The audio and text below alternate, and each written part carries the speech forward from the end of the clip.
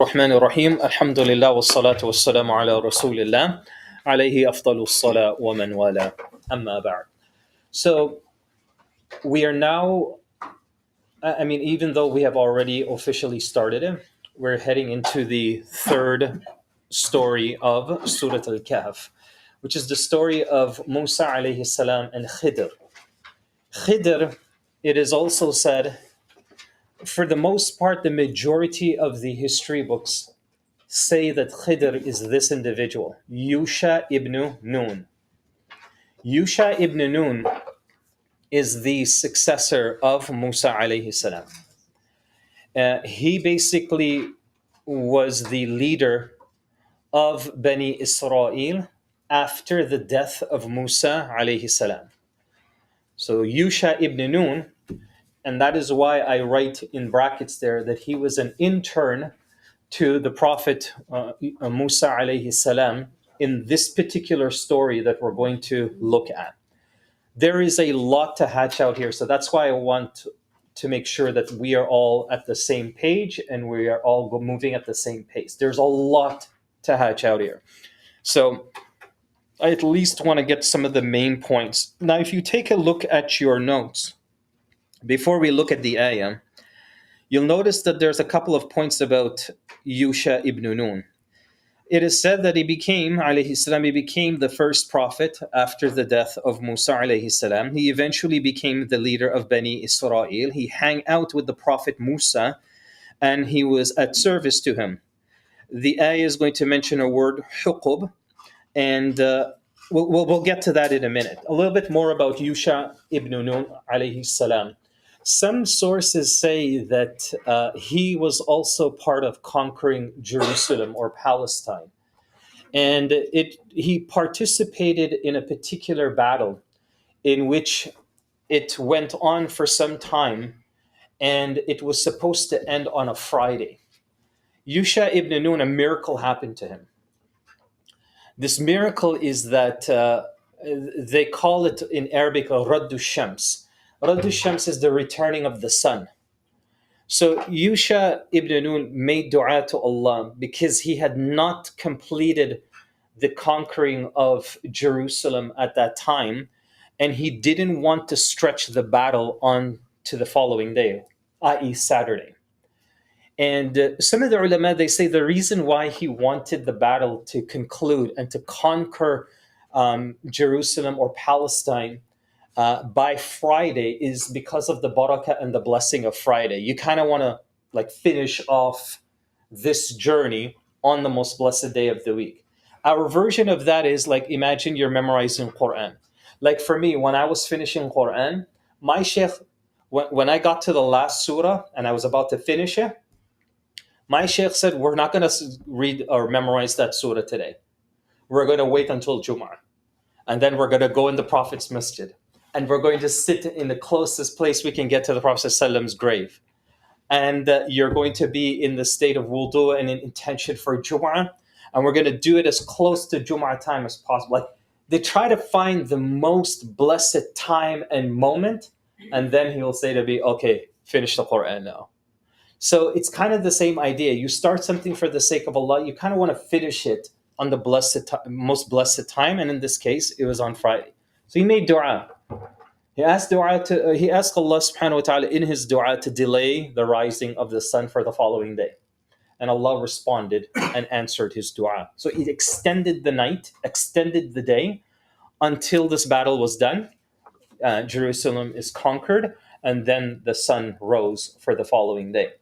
So, in telling all of this, just so you have somewhat an idea of who this individual is, we don't have much information of where he was born. A lot of the historical books say he was born somewhere in Egypt. Some say even Palestine. Allah knows best where he's buried as well. There's no precise location of his burial.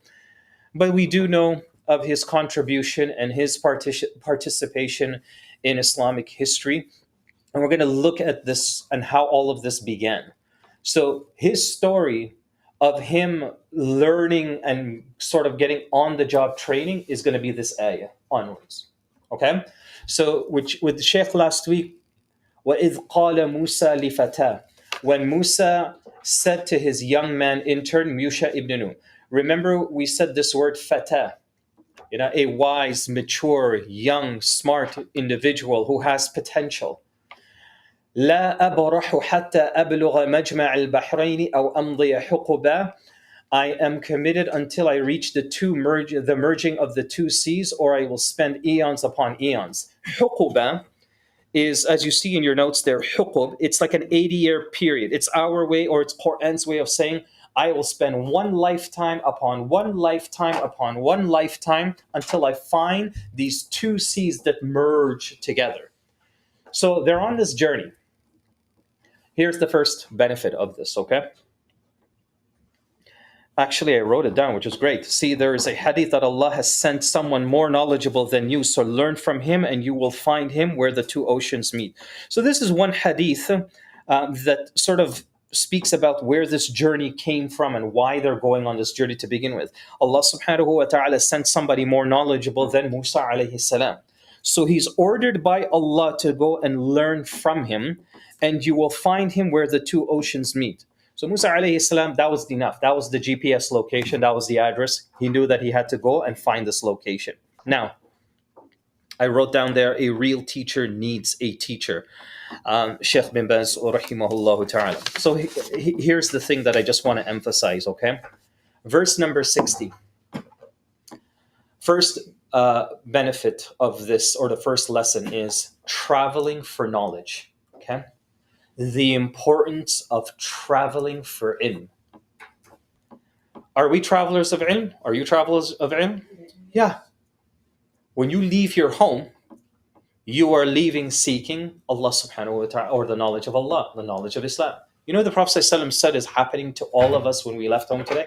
And every time you leave home for the intention of getting to a class or a lecture. So the Prophet ﷺ says in a long hadith that angels will descend. They will harbor over you, protect you. And the hadith says, فَأَنزَلَ السَّكِينَةِ. So the sakina is literally like the sense of peace, calmness, and tranquility. What that means is that your heart is at peace, knowing that you are going to seek the greatest gift in existence, which is knowledge of Islam. That's the greatest gift. There's nothing in this world that compares to it. So you are protected with angels. From the time you left home, even till now, there are angels with us in this room. There are angels with you. And they will be with you, inshallah, until you reach home again. So as you drive back, because this is all the barakah and the blessing of a student of knowledge, i.e. all of us. Another hadith mentions, who's making dua for us right now? Because we're learning ilm. Who's making dua for us? Just angels? Way more than that. All the fish in the ocean. Yeah, حتى الحيتان في الماء, as the hadith says. Even the animals that are in like deep sea, at the deepest part of the sea. So the Mariana Trench, right at the very bottom, 10,000 or 11,000 feet down the bottom, the deepest part of the earth. There are animals and creatures there that we may never discover and never see them in our lifetime. But they made dua, and they're making dua right now for you and for me. What are they asking Allah for on behalf of us? What are they asking Allah for? What kind of dua? Forgiveness? Yeah, forgiveness. So when you see this scenario unfold of Musa alayhi salam, this young man, like this is the whole purpose of why we have what we have. We have Quran, and why it's important to us and why we study it. It's because of these things. We want Allah's forgiveness. We want to leave a legacy behind. We want to learn about Allah and His deen. And we want the greatest gift, which is its knowledge. So that's the first thing about the importance of traveling for ilm. Number two, Musa alayhi salam, good teacher? Good teacher? Yes. Would you assume that he's a great teacher? Absolutely. You can't get better than that. So the second lesson is, when you seek and you learn, who must you take knowledge from? Reputable scholars who are qualified in teaching whatever it is that they teach. Now here's the thing. There's only one thing I'll mention to you about this. don't ever hesitate to ask your teacher about their qualifications when it comes to knowledge. That is your haqq as a student to know, where did you study from? Who did you learn this from?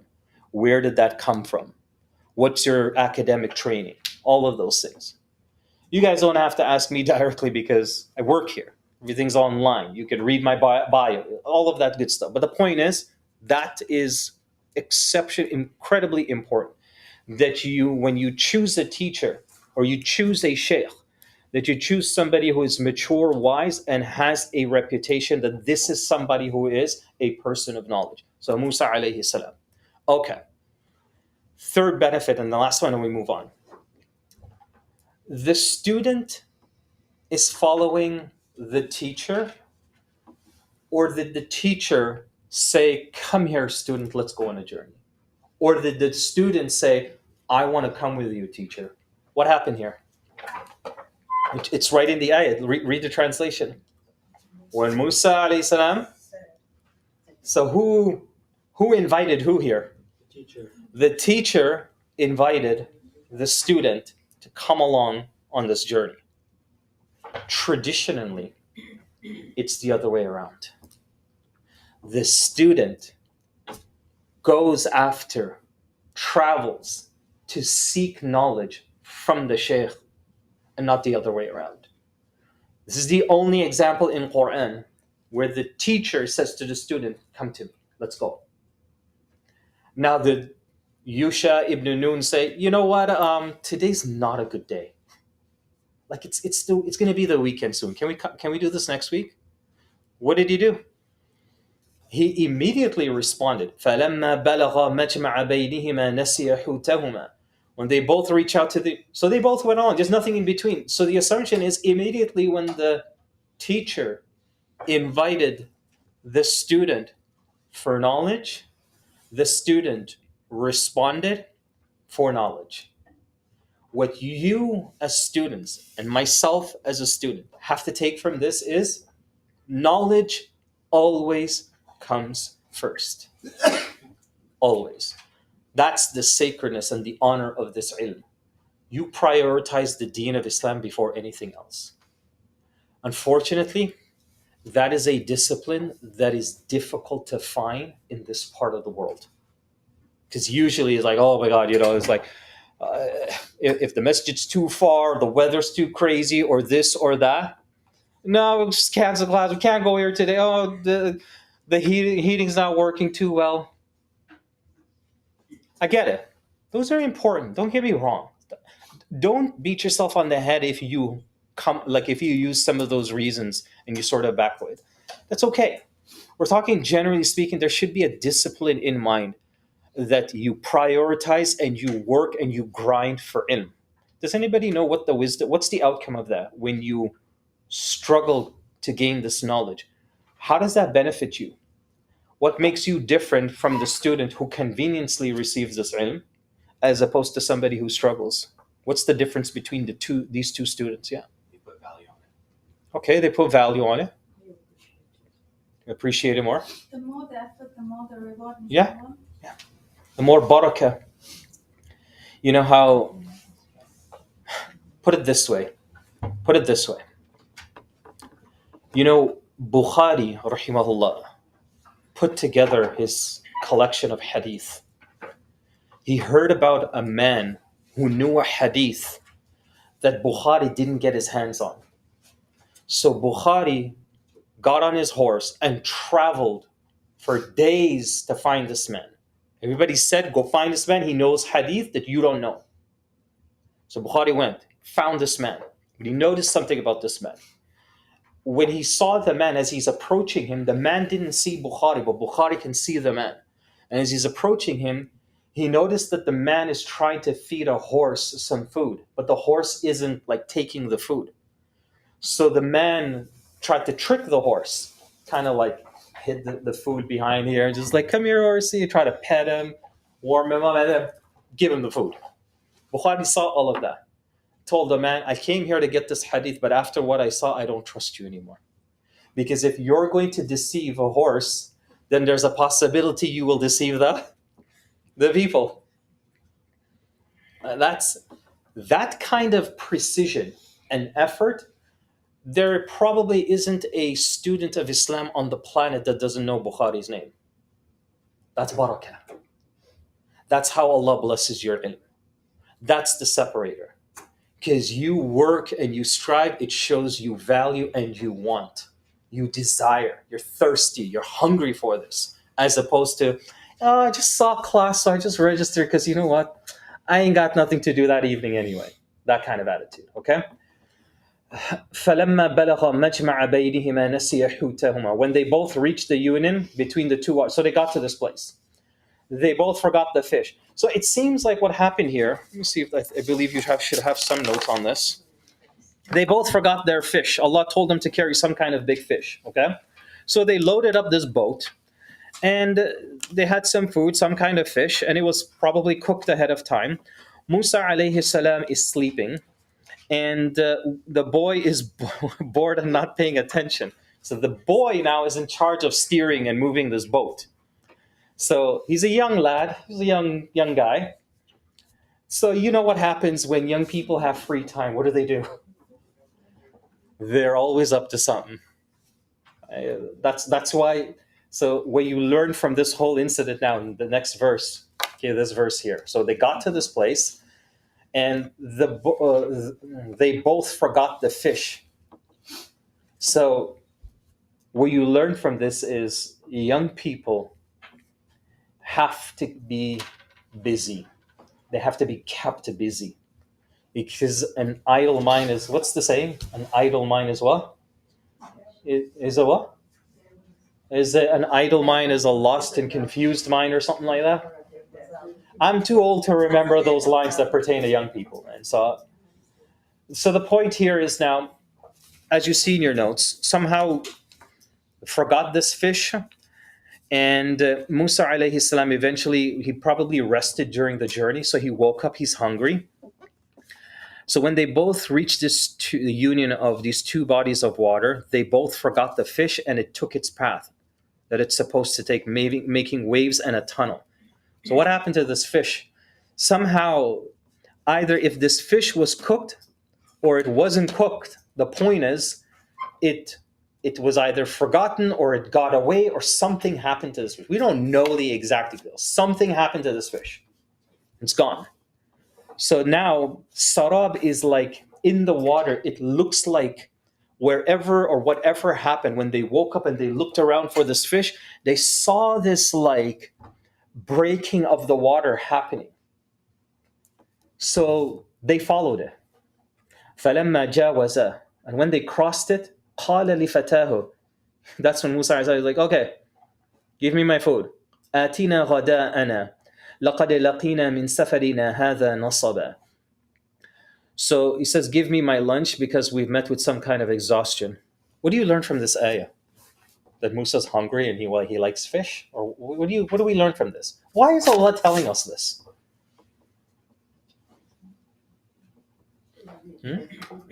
Take a look. There's a couple of things there. So I wrote down here that the fish jumped out where they were supposed to stop. And Musa alayhi salam wakes up. Some of the ulama say the hunger was a sign that they crossed too much. Okay.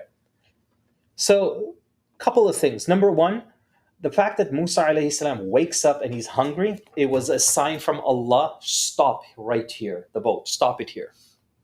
So it's not necessarily about the food, but it's about, okay, this, wherever you guys are in the ocean, this is where you got to stop. You're getting close, or you're at the right place. What's interesting to me is he says, Atina ghada, give me my lunch. The student is serving. Now, please, there's no hidden messages here from me to you. But the teacher, the student, gives the teacher his lunch, ensures that the teacher is taken care of. If he's hungry or if he's thirsty, the student's responsibility is to care and do his or her part in ensuring that the teacher is always satisfied. No hidden messages, please, okay? But one benefit that the scholars take from this, right? لَقَدْ لَقِينَا مِنْ سَفَرِنَا هَذَا نَصَبًا. Nasab here is that this is the proof that this was a difficult journey. Only Allah knows what they endured or what they had to encounter when they were on this journey, okay? Um, قَالَ أَرَأَيْتَ إِذْ أَوَيْنَا. The boy says, okay, I'll get the fish. إلى الصخر فإني نسيت الحوت وما أنسانيه إلا الشيطان. A typical youth. Well, look what he says. He says, we'll get the fish. Did you see when we passed by the next to the boulder, and indeed I forgot the fish. I didn't forget except Shaitan made me forget. So as they're moving, they pass by some boulder somewhere on the ocean or some kind of island. They pass by some object. And he says, listen, I forgot. Sakhra is a massive boulder, right? So فَإِنِّي نَسِيتُ الْحُوتَ. I forgot this fish. But by the way, Musa, it wasn't like me that forgot the fish. Shaitan got into my head and made me forget the fish. Is that not a typical youth talking? Shaitan got into me, Dad. Shaitan, it was all Shaitan, Mom. I didn't mean to say it. Shaitan caused the muscles in my mouth to move and project this voice and say that curse word. It was just nothing else, right? So the same idea. وَمَا أَنْسَانِيهُ إِلَّا الشَّيْطَانِ. We got to talk about this real quickly, though. Can we blame Shaitan when we mess up? Yusuf alayhi salam, in the story of Yusuf alayhi salam, the same thing happened. That the brothers also tried to do the same thing. That, it's from Shaitan. This happened. Yusuf alayhi salam got, we got rid of him, threw him in a well, etc., etc., etc. Are we allowed to blame Shaitan for our mistakes?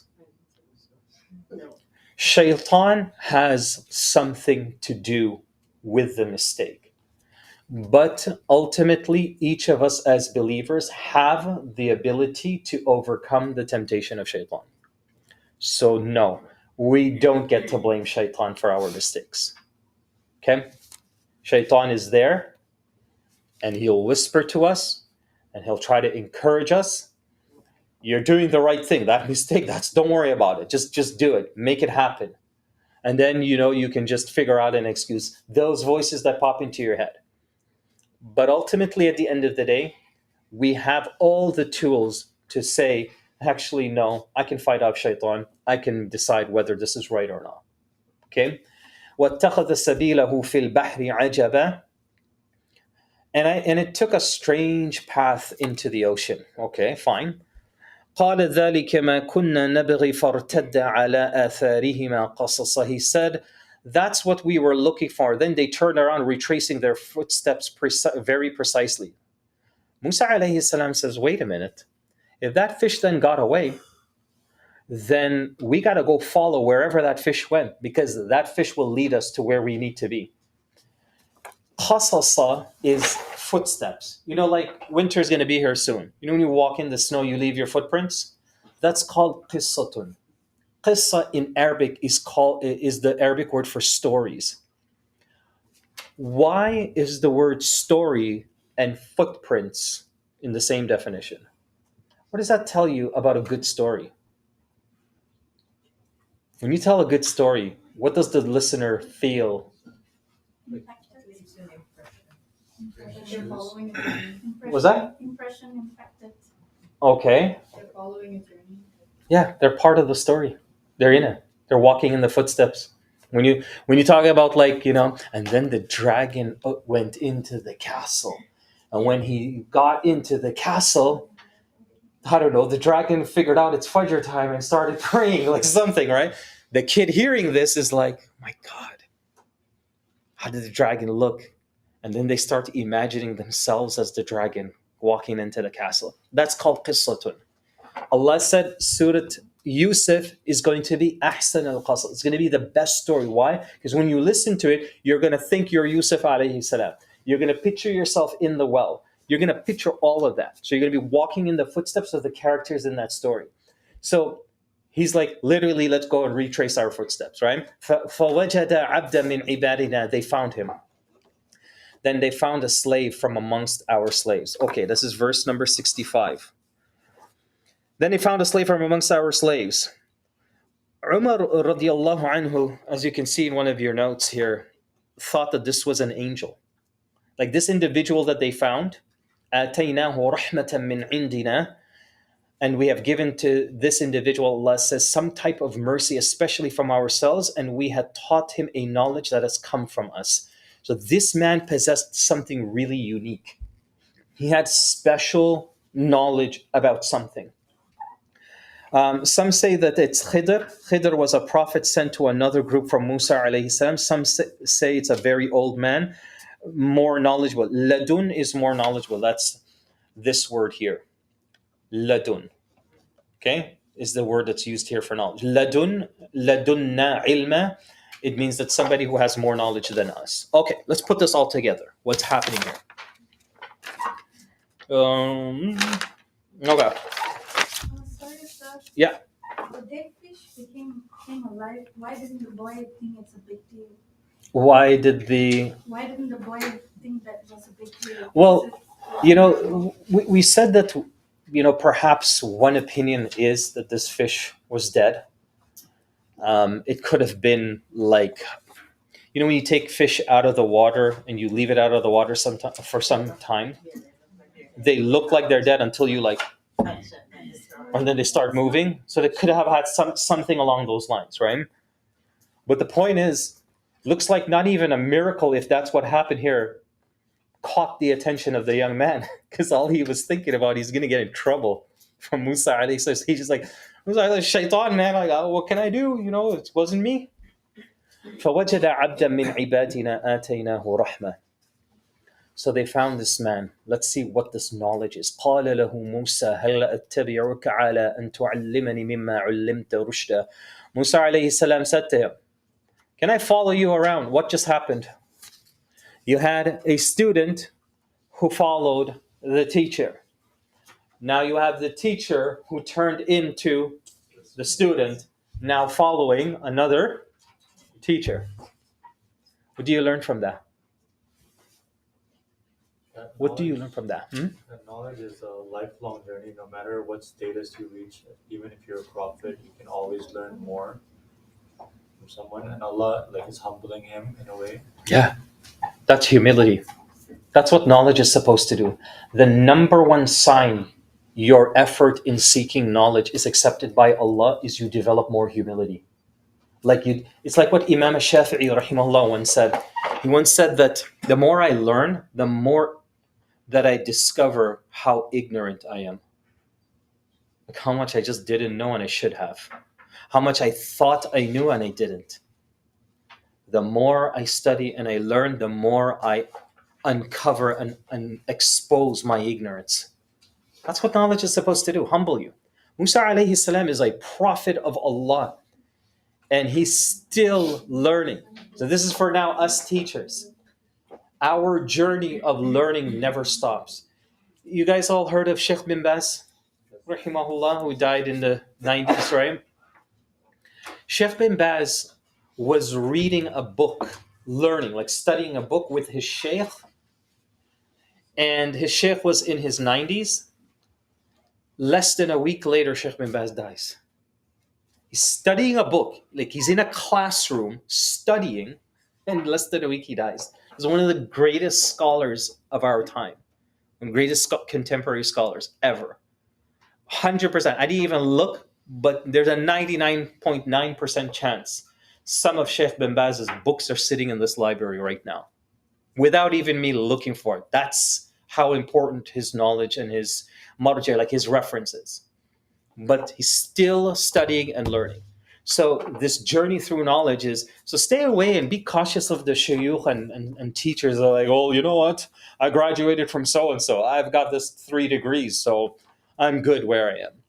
You don't want to take knowledge from someone like that, or you don't want to depend on them as a reference, okay? Humility is the goal. That's what you want to find. That's where the barakah is. قَالَ لَهُ مُوسَى. He says, I want to follow you. Go ahead. Sorry, so ladun here means knowledgeable, but in one of the earlier verses when we talked about Yeah. the word, it meant immediate access. Is it a different word? Or is there No, it's the same word. So put it together. So yeah. Yeah. So It also means immediate access.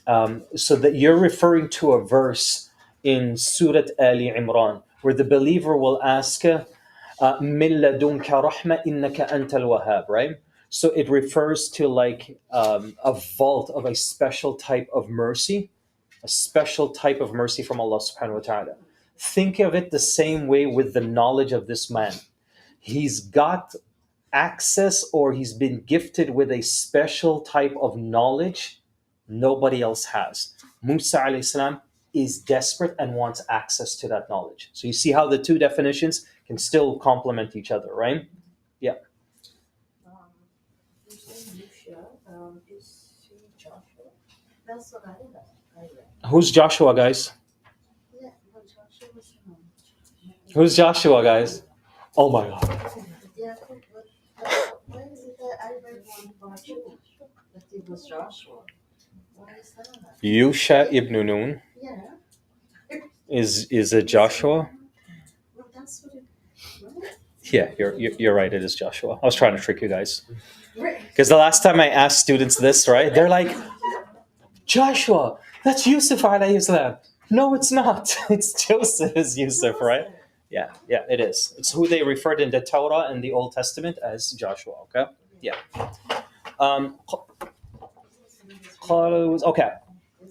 أن تعلمني مما علمت رشدا. Okay, can I follow you around based on the idea that you can teach me from what you have been taught of good things? Musa alayhi salam is only interested in what? Just learning.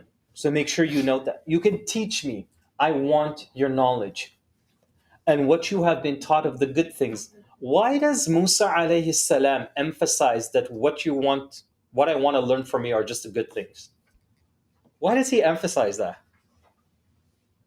In other words, he's saying politely,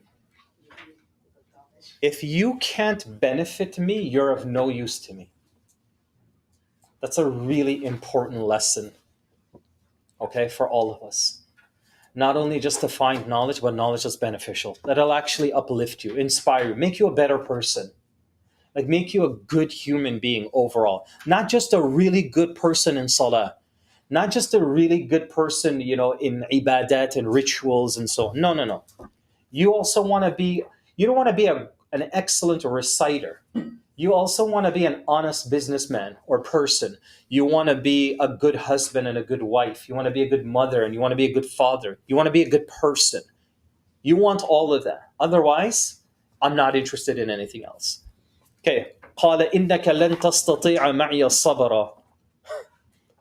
This response, gosh, have I heard it so many times in my life.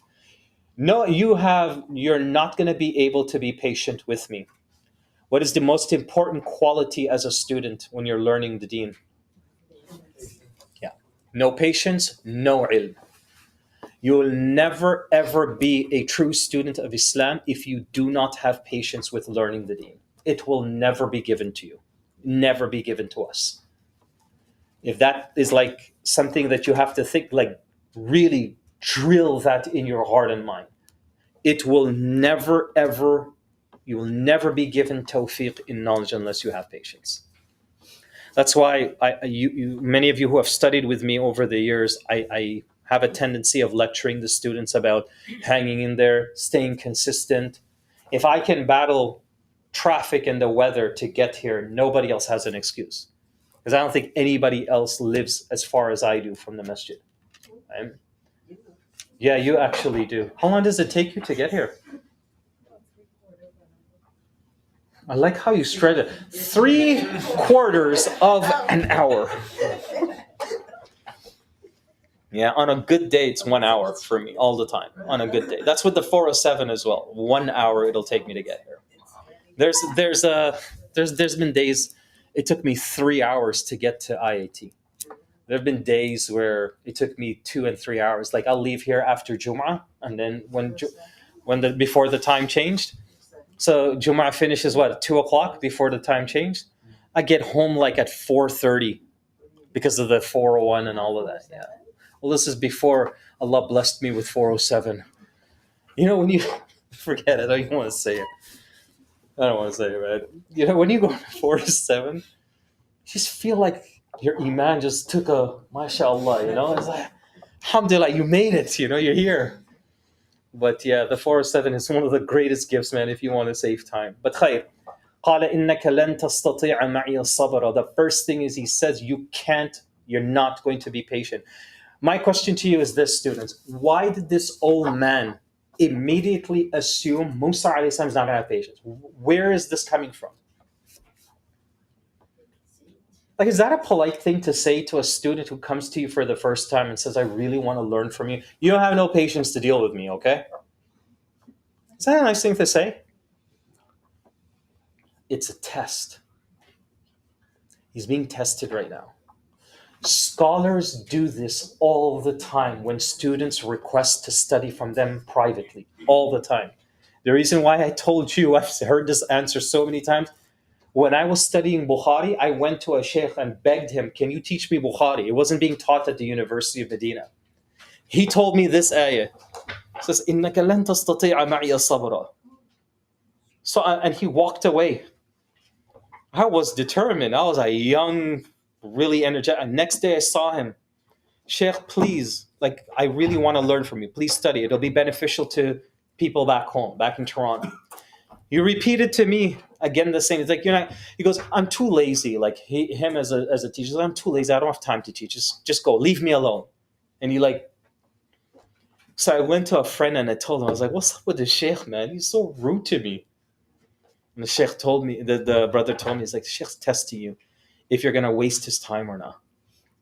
Show him you're serious. 5 times he turned me down, and the 6th time he came out with it. He's like, come to my house Saturday. And I asked him, why did you reject me and be so mean to me, And he said, yeah, just want to make sure you're serious. You want this. It's not easy to teach Bukhari. Every Saturday, 4 years before we finished it. So this here is not necessarily like a unpleasant, just a horrible thing to say. No, this is him perhaps testing Musa alayhi salam, if you have what it takes. And how can you be patient? وَكَيْفَ تَصْبِرُ عَلَى مَا لَمْ تُحِطْ بِهِ خُبْرًا? And how can you be patient with something you haven't even been given full news of? Who's talking here? Who's talking in this ayah? No, it's the old man. Take a look at your note. You can't wrap your head around it. So the old man is telling Musa alayhi salam, how are you going to be patient with something you don't even completely know about?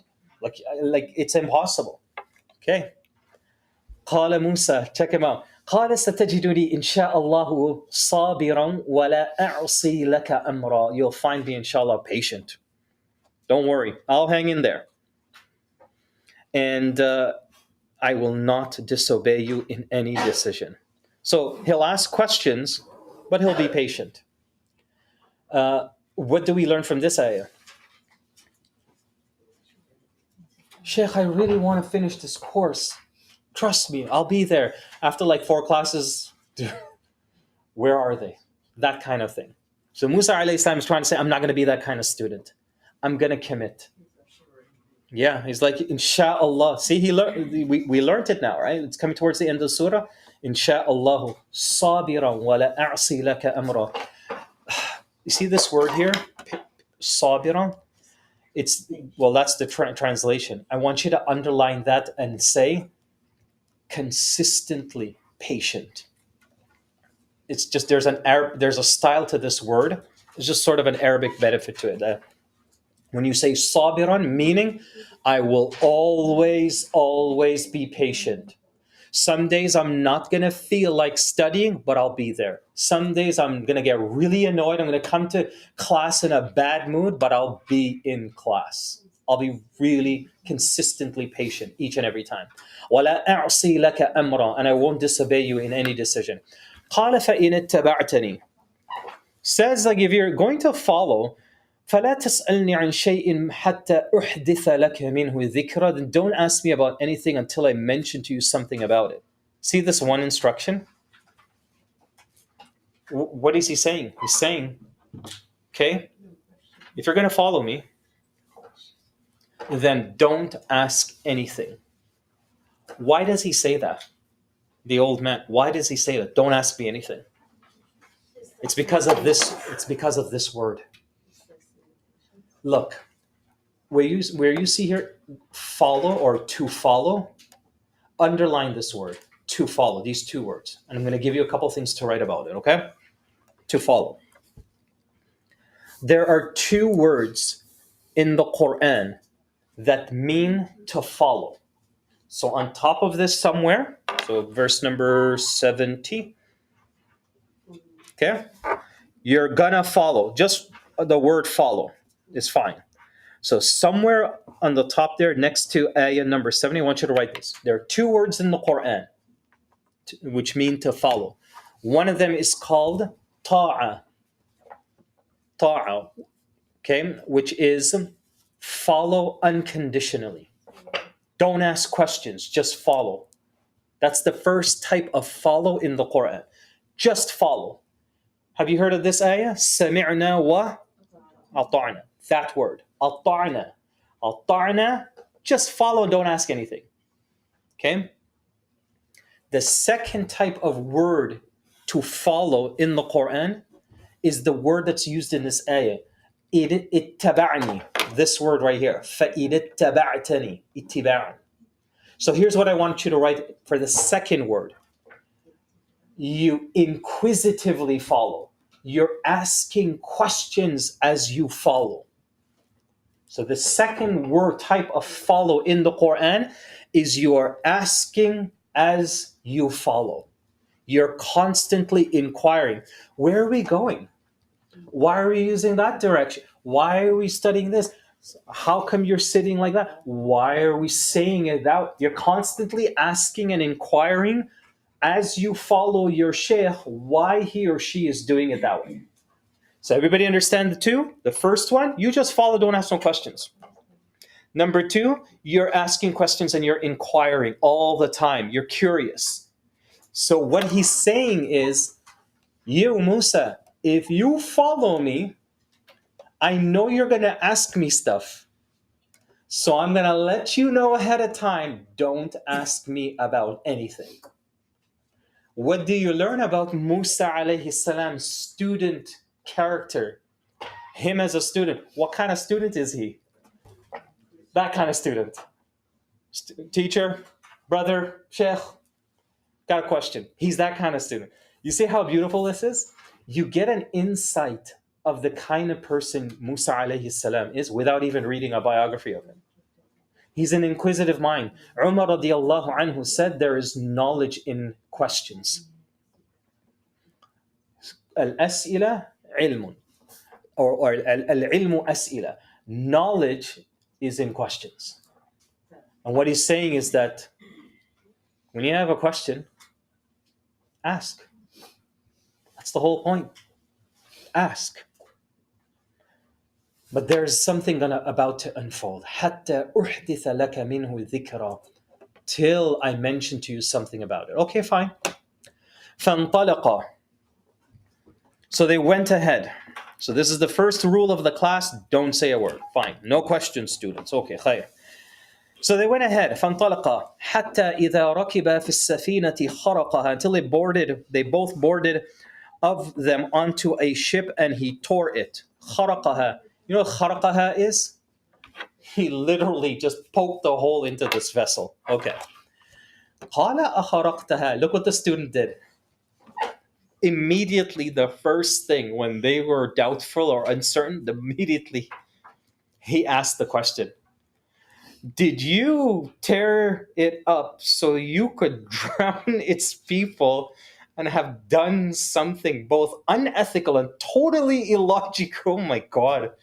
Like, he's not just saying what he presumes, but he's also coming up with all these assumptions. Like, you want to kill us all? You want us to drown and die? And this is so horrible? What kind of sheikh are you? What else do you learn about Musa alayhi salam here? Say it like it is, right? But at the same time, it's like it's a little challenging. It's a little challenging for him to like, Oh, I need to ask him, what is he doing? Why did he drill a hole right? Oh, it's killing me. It's killing me. Listen, are you trying to like drown us all? Is this the pre-Titanic moment before the Titanic? What are you doing? He can't kind of like hold himself together. To be honest with you, I think when I think of Musa alayhi salam here, I think it's kind of cute. Like he's like, look what he's gonna drown all these people. Everything's gonna go wrong. So tear a plank down. So okay, fine. Unethical job. Okay, next. قال ألم أقل لك, just like any professor would, right? Any teacher would. Didn't I say إنك لن تستطيع معي الصبر? Didn't I tell you you're not capable to have patience with me? You know, our version of this, by the way, is when you take a course and the student asks a question, the teacher says, "We will get to that. Don't. It's coming. Just relax." And then 5 seconds later, "Shit, I just said we're coming to that. Don't jump the topic. Don't jump to the last ayah. We're only in ayah number 3. Like, relax." It's that kind of thing that's happening here. So, repeats the same thing. Students, do we learn anything from this like repetition? He said it once. Musa alayhi salam kind of let it slip. Then he says it again. Do we learn anything here between the old man and the student? Yeah. The professor or the sheikh or the old man also needs to be patient. It's very easy for a teacher to be like, look, I already told you once. So don't waste my time. But he reminds the student again. Patience is also a responsibility of the teacher as well. He also has to be patient, no matter how many times he's reminding the students to be patient. That in and of itself, that repetition also requires a ton of patience.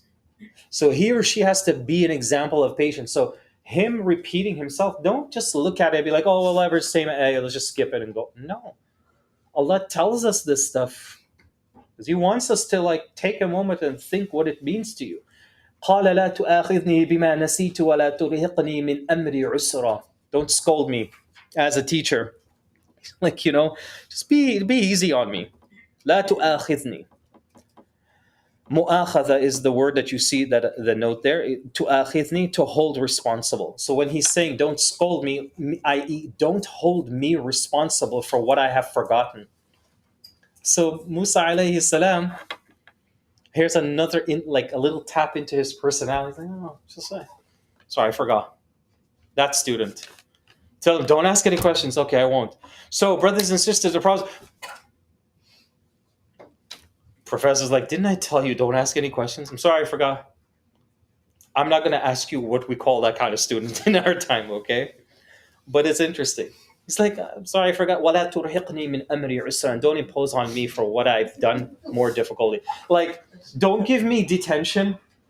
Don't give me extra homework. Don't, like, send me to the principal's office. That kind of thing. فَانْطَلَقَ. So the old man's like, okay, فَانْطَلَقَ حَتَّى إِذَا لَقِيَ غُلَامًا فَقَتَلَ. So they went ahead until they both met a boy. Ghulam. See this word? Ghulam is another word for child or boy in the Quran, and it's between this age group. Okay? So they met a boy between this age group. فَقَتَلَ, and they killed him. Musa alayhi salam does it again. قال قتلت نفسا زكية بغير نفس لقد جئت شيئا نكرا. Remember I told you in the previous one, he's like, you're going to drown these people. This is so illogical or wrong and horrible. Look what he says here. You killed a person that's poor, that's innocent. You've come up with something that is nukra, something that is absolutely devastating and terrible. How could you? Are you seeing more of the personality of Musa alayhi salam? He cares, and he cares a lot to the point that he can't hold it back. He has to express his care. It's like, how could you do this to people on the boat? How could you do this to this little kid? It's terrible. He cares a lot. verse number 74. Okay, nukra, unheard of or alien to all society. We've never seen anything like this. Okay. قال ألم أقل لك. Here's the addition if you want to highlight this. Didn't I say to you? This is the addition. Okay. There's another addition. So the others said قال ألم أقل قال ألم أقل. Here قال ألم أقل لك. This is the addition here. To you. So it's like this now. The teacher is getting tired and he says to Musa alayhi salam, like, look, how many times have I told you? That's laka here. So didn't I say to you, just you alone, you are not capable to have patience with me. Look what Musa alayhi salam says next, right? قال إن سألتك عن شيء بعدها فلا تصاحبني. He said, if I ask you anything after this that you are rightful in never accompanying me again. Sheikh, you can abandon me and just leave me here. What insight do we get about Musa alayhi salam's personality here? He gets it. He's like, okay, I got him upset. Okay, I really need to stop. He cares too much, which is not a bad thing. But like in a classroom, it just shows a little more. So he's like, okay, look, you don't even have to be my friend, Sheikh. You don't have to talk to me. You don't even have to acknowledge me. فَلَا تُصَاحِبْنِي. Sahaba, sahabi, what does that word mean? Companion. You don't even have to be a companion to me anymore. You don't even have to be my friend, Sheikh. It's okay. قَدْ بَلَغْتَ مِن لَدُنِّي عُذْرًا. Then in that case, you will have the excuse to just leave me. So Musa alayhi salam at this point here does feel like, okay, enough is enough. He does feel bad. Well, let's see. فانطلق حتى إذا. Okay, by the way. Okay, actually, we'll see it when the explanation comes up with all of this. We'll see. Okay. I was going to explain to you why the killing of the child happened here. But we'll come to that, okay? We'll come to that in a second. Okay? فانطلق حتى إذا أتيا أهل قرية استطعم أهلها. So then they went until they eventually reached the citizens of some sort of town. So they went to a people in a town, and these people were not nice. They were not welcoming. They were not hospitable in any way. So أهل قرية استطعم أهل فأبوا أن يضيفوهما. So they reached the citizens of a town and they asked for food and they refused to be hospitable to both of them. فأبوا. Abaw is a kind of refusal, and abaw is like you don't answer the door. Somebody just came out, you just like not answering. And you're looking at them like, bye, go away. That's abaw. So they didn't even try. فَوَجَدَ فِيهَا جِدَارٌ. And they found, so Musa alayhi salam and the old man, they found a wall that wanted to fall over. So when they're in this village, they see this wall that looks really unstable, really fragile. It's rotting away, or the foundation is really off. And they set it straight. جدار يريد أن ينقض فأقام. You know, أقيموا الصلاة وأقاموا الصلاة. So they stood it up straight and they reinforced its foundation. قال لو شئت لاتخذت عليه أجرا. So Musa alayhi salam and this old man start working on this wall. Pause for a second. Why did they do that? They go to a village. They go to a place. So our perspective, this is very simple. You come to my house. When you come to my house, you see this massive hole in the drywall. You can fit your arm right through it. And I tell you, say, listen, I just don't have time. I'll get to it. Like, you know, I was doing sajda and my head hit the wall, so I busted right through. Sorry. Okay, something happened. So you're like, you know what? It's all good. And before you leave, you're like, you got any like pieces of drywall? I'll patch it up for you. And you sit there and you patch up my wall, you repaint it, it's all good. The people with you, they say, you just like did all that work. We were there for hours. Look what Musa alayhi salam says. He says, قال لو شئت لاتخذت عليه أجرا. Had you wanted, you could actually ask for some compensation. What, what do you learn from Musa alayhi salam here now? It itches him when he sees like the scale isn't balanced. Like I do something for you that you at least don't offer something in return. So what would be the polite thing is if I, instead of me sending you off, be like, oh, good job, salam alaikum. I should at least out of courtesy do what? Offer something. So listen, man, let's take this just for your time. If not, let me just like, give you some dinner. Let me just like, I don't know, let me do something for you just to thank you. And if you insist and you say, no, khalas, I'll just say, jazakallahu khairal jaza. Like, let me just pray for you. So Musa alayhi salam has this in his head. These three responses from Musa alayhi salam, what this gives you an insight of? What kind of prophet he is. How he dealt with the affairs of his followers. He was a just man. This is one evidence for it. Like he ensured, you did the work, you should get something in return. Take care of him. Don't abuse or take advantage, right? And if he sees that like there's something that's about to happen or something that's unstable, something that might put others in danger, he voices and speaks out like, you're gonna pierce a hole in this boat. So you can imagine that if he saw something between two people or anything, remember the whole story of when he killed the soldier from Fir'aun's palace? A lot of students, they ask, why did Musa alayhi salam even get involved to begin with? This is your answer. It's part of his personality to get involved. Like he can't just sit there and watch two people hurting each other. Like he just has to stop it. Because he can't sit there and watch that you just took the life of a child and I'm just going to sit there and be quiet. Like I got to say something. It's part of him. So I like things like this in Quran, that it sort of in a subtle way highlights and gives you an insight of who these individuals were. The Sheikh has enough. هذا فراق بيني وبينك. This is the party between me. We're done here. سأنبئك بتأويل ما لم تستطع عليه الصبر. And I don't know why there's half of it that's cut off there, but there is. Wants to break it, leading about to follow. Okay.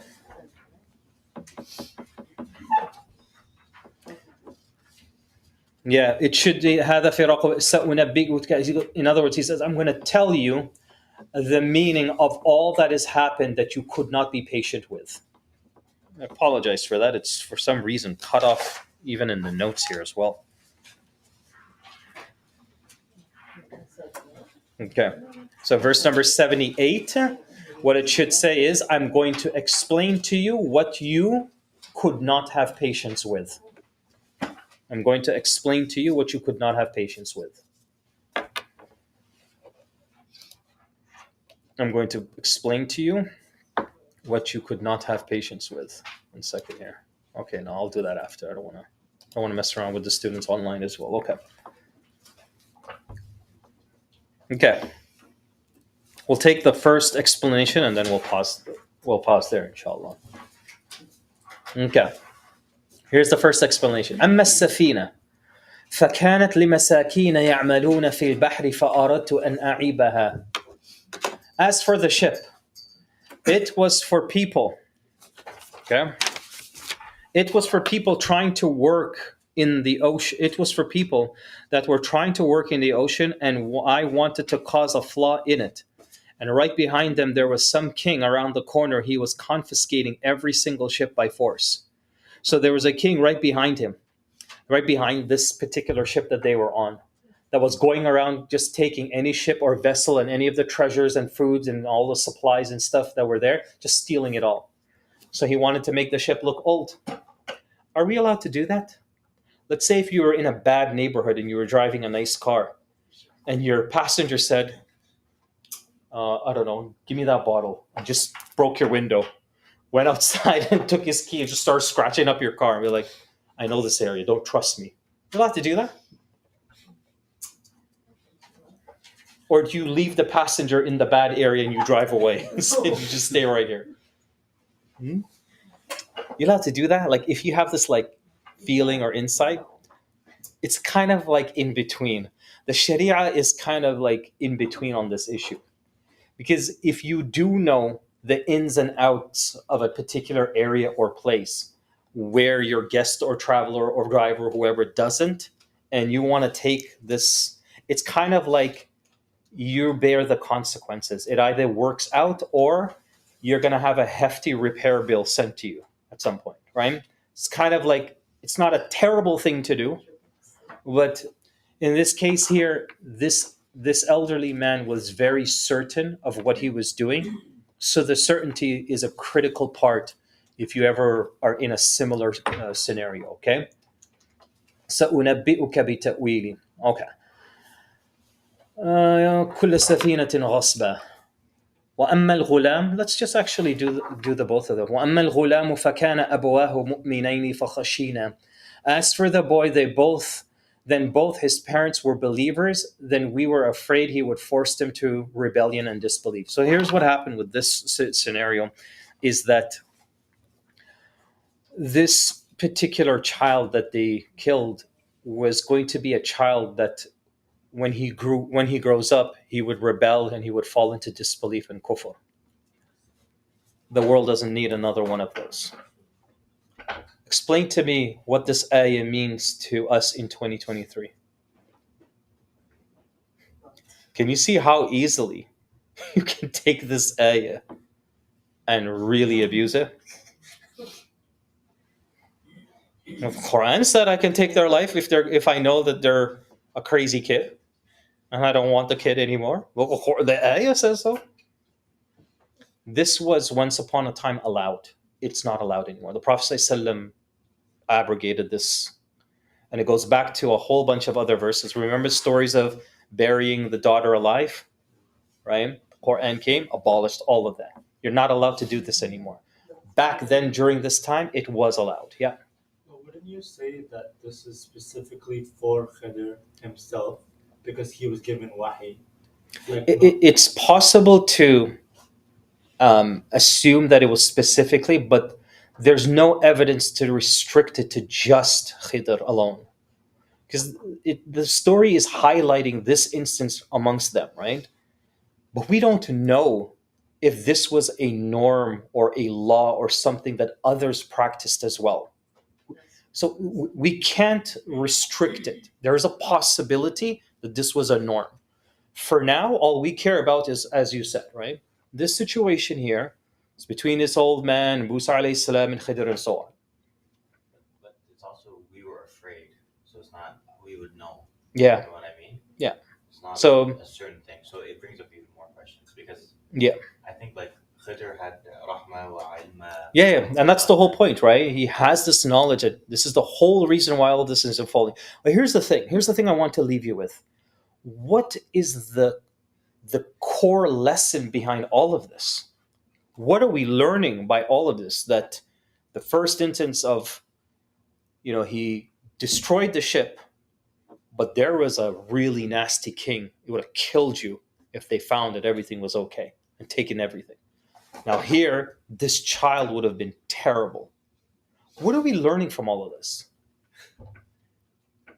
What's the lesson here? Lesson is very simple.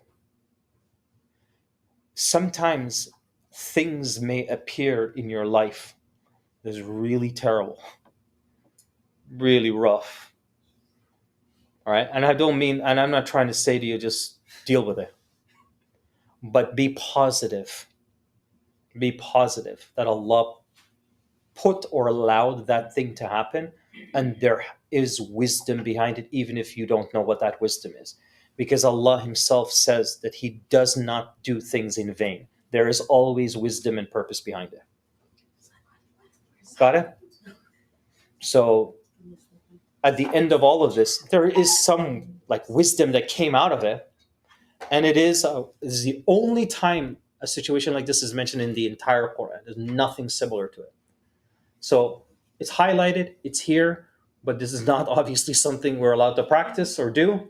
It's already been done with, and we have plenty of ayat hadith that abrogated this sort of thing. Okay? One last verse. So, Yeah. so just to be clear, the lesson is not we're allowed to do bad things if it's for a greater good. No. Okay. Because Very, very clear. yeah. You're not allowed to do bad things for the greater good. No. Everything here happened because a man was inspired and given ladunna ilma, some kind of knowledge that others didn't possess. It was like a very isolated situation with this one man. But you cannot extract the principle of doing bad, hoping some good.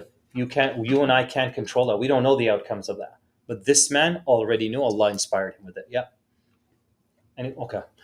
فأردنا last ayah and we're done. فأردنا أن يبدلهما ربهما خيرا منه زكاة وأقرب رحمة. We intended that he replace it with someone better than him in terms of intelligence and purity, and he would be closer in terms of mercy and keeping family ties. There's a lot to unpack in this verse, but I'll leave that for next week, inshallah. Next week, what will end up happening is we should have maybe just 2 classes left on the surah. Hey, don't worry, we got lots of goodies for you. So nobody's going anywhere. We're going right till before the winter break. Okay? We're going right up to the winter break. It's all good. I actually like when I finish a subject early, because then we can study something else. I can give you like a 2 or 3 session course on a different subject. You guys don't want that? You just want Surah Al Kahf and that's it? No, wait. I'm telling you, nobody's going anywhere, okay? This is kind of, just think of it, and I enjoy this. It's kind of like a little bit of a bonus for all of us, right? It's a pleasure for me, and I hope for you too. So I want to finish this a little early and have maybe 2 or 3 sessions on a completely separate subject, and that will be your gift from Allah before the winter break, okay? سبحانك اللهم وبحمدك أشهد أن لا إله إلا أنت أستغفرك وأتوب إليك. Until next week, inshallah. Assalamu alaikum wa rahmatullah.